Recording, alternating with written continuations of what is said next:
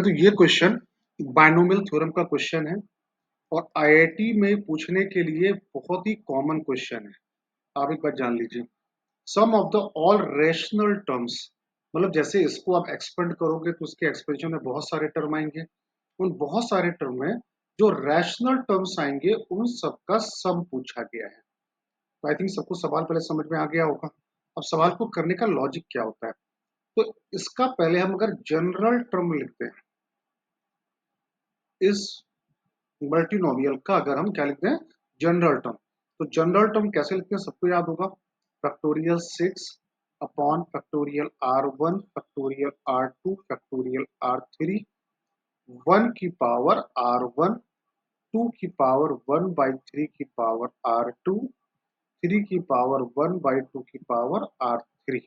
ठीक है, ये जनरल टर्म लिखा है। अब जनरल टर्म को हमको इसी को क्या बनाना है, रैशनल बनाना है। और एक बात और है कि R1 plus R2 plus R3 की वैल्यू किसके बराबर आती है, 6 के बराबर। तो ये हाईएस्ट पावर लगी ना, R1 plus R2 plus R3 it will be equal to 6। तो ये बात समझ में। अब जरा आप यहाँ पे एक टेबल जैसा बना लो R1 R2 और R3 का। रैशनल होना चाहिए, इसका मतलब क्या हुआ कि R2 जो है वो 3 से डिवाइड हो जाना चाहिए, R3 जो है वो 2 से डिवाइड हो जाना चाहिए, और इन तीनों का सम कितना है, 6 आया है। ठीक है, तो मान लो कि R2 जो है वो 3 से डिवाइड होना चाहिए, तो R2 की वैल्यू क्या क्या हो सकती है, 0। और क्या हो सकती है R2 की वैल्यू, 3। और क्या हो सकती है, 6। चलो मान लिया R2 अगर 0 है, अब R3 जो है वो 2 से डिवाइड हो जाना चाहिए। R3 अगर 2 से डिवाइड होती है तो R3 की वैल्यू क्या हो सकती है, 0 हो सकती है। R3 की वैल्यू, R3 की वैल्यू 2 हो सकती है, और R3 की वैल्यू 4 हो सकती है, और R3 की वैल्यू 6 हो सकती है। समझ में, मैंने R2 लिया 0, R2 अगर 0 है तो R3 कुड भी 0 2 4 6। ठीक, अगर सॉरी, अगर R2 अगर 3 लिया, तो R2 अगर आपने यहाँ पे 3 लिया, तो R3 की अगर हम बात करें तो R3 क्या क्या हो सकता है। R3 की वैल्यू हमने यहाँ पे अगर 0 डाल दी, चलेगा, चलेगा। अगर ये 3 लिया तो R3 की वैल्यू 2 डाल सकते हैं, बिल्कुल डाल सकते हैं।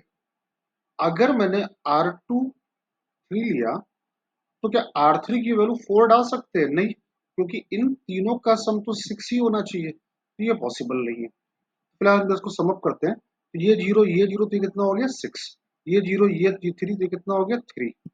अब अगर हमने R2 6 ले लिया तो पक्की बात है ये भी 0 और ये भी 0। ये 2 है, ये 0 है, तो ये 4 होना चाहिए। ये 4 है, ये 0 है, तो ये 2 होना चाहिए। ये 6 है, ये 0 है, तो ये 0 होना चाहिए। ये 2 है, ये 3 है, तो ये 1 होना चाहिए। और ये तो पॉसिबल ही नहीं है। मेरे ख्याल से मैंने सारे पॉसिबल केस यहाँ पे लिख दिए हैं, तो R1 R2 R3 की वैल्यू हो सकते हैं। आई थिंक सबको ये समझ में आ गया होगा। अगर नहीं समझ में आया है तो मैंने आपको जैसे समझाया है, ठीक बेटा। अब ये वैल्यू उठा के सारी आप यहाँ पे अगर आप सब्स्टिट्यूट कर दोगे तो आपका आंसर आ जाएगा। सारी वैल्यू उठा के यहाँ पे डाल दीजिए। तो जैसे फैक्टोरियल 6 R1 की वैल्यू फैक्टोरियल 6, R2 की वैल्यू 0 0, फिर फैक्टोरियल 6 R1 की वैल्यू 3, R2 की वैल्यू 3, R3 0। तो ये आ गया 2 की पावर, R2 की वैल्यू मैंने कितनी डाली, R2 R2 तो यार 3 नहीं हो सकता। R2 अगर 3 हो गया, हाँ ठीक है ना, R2 3 हो सकता है। तो R2 यहाँ पे 3 डाला, तो 3 से 3 डिवाइड, तो यहाँ पे 2 बचेगा।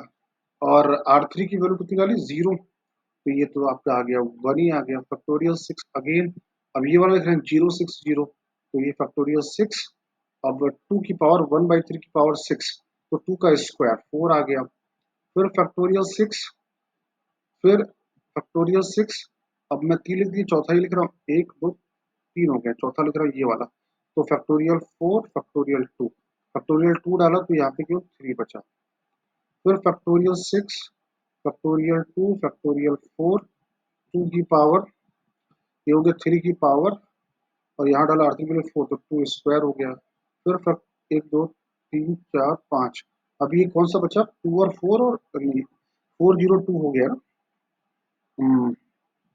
4 और 2 हो गया, 2 और 4 हो गया, बचा 006 फैक्टोरियल 6, फैक्टोरियल 6 और यहाँ पर 3 की पावर 3 ये आ गया 27 और लास्ट में फैक्टोरियल 6 फैक्टोरियल 3 फैक्टोरियल 2 और यहाँ पे बचा 2 और यहाँ पे बचा 3 तो ये आ गया 6।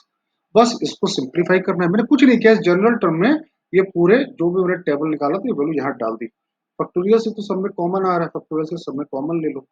यहाँ क्या बचा फैक्टोरियल 6, यहाँ क्या बचा 2 अपॉन यहाँ कितना बचेगा 36, फिर इसके बाद में फैक्टोरियल 6 वैसे चाहे तो फटाफट सब में सॉल्व करते हैं, ये इसके साथ कैंसिल हो गया, इसको मैं ऐसे कर देता हूँ तो कितना बचा 1। यहाँ फैक्टोरियल 6 कितना होता है 720, 720 इंटू 2, यहाँ कितना बचा 6 इंटू 6, फिर यहाँ पर फैक्टोरियल 6 से फैक्टोरियल 6 कैंसिल 4, फैक्टोरियल 6 में 6 30 90, यहाँ बचा 2, यहाँ पर फैक्टोरियल 6 से तो यहाँ बचा 30 अपॉन 2 इंटू 9, यहाँ कितना बचा 27, फिर यहाँ कितना बचा फैक्टोरियल 6 तो 6 इंटू 5 इंटू 4 अपॉन 2 इंटू 6 ये बचा। अब इसको फटाफट देखते हैं कैसे सॉल्व करते हैं।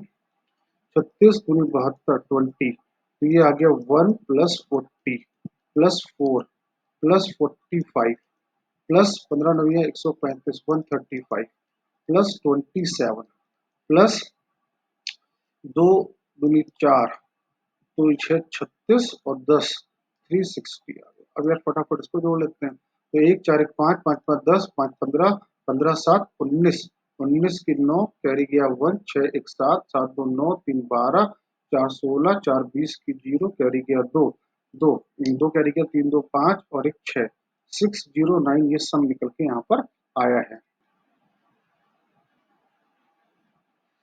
ठीक है तो ये सब बेटा 609 कुछ गड़बड़ लग रहा है। 4 1 5 5 10 5 15 1 4 5 5 5 10 5 15 7 22 की 2 कैरी गया तो 612 सम आ गया। तो आई थिंक समझ में आया, इस क्वेश्चन को लगाने का लॉजिक समझ में आया।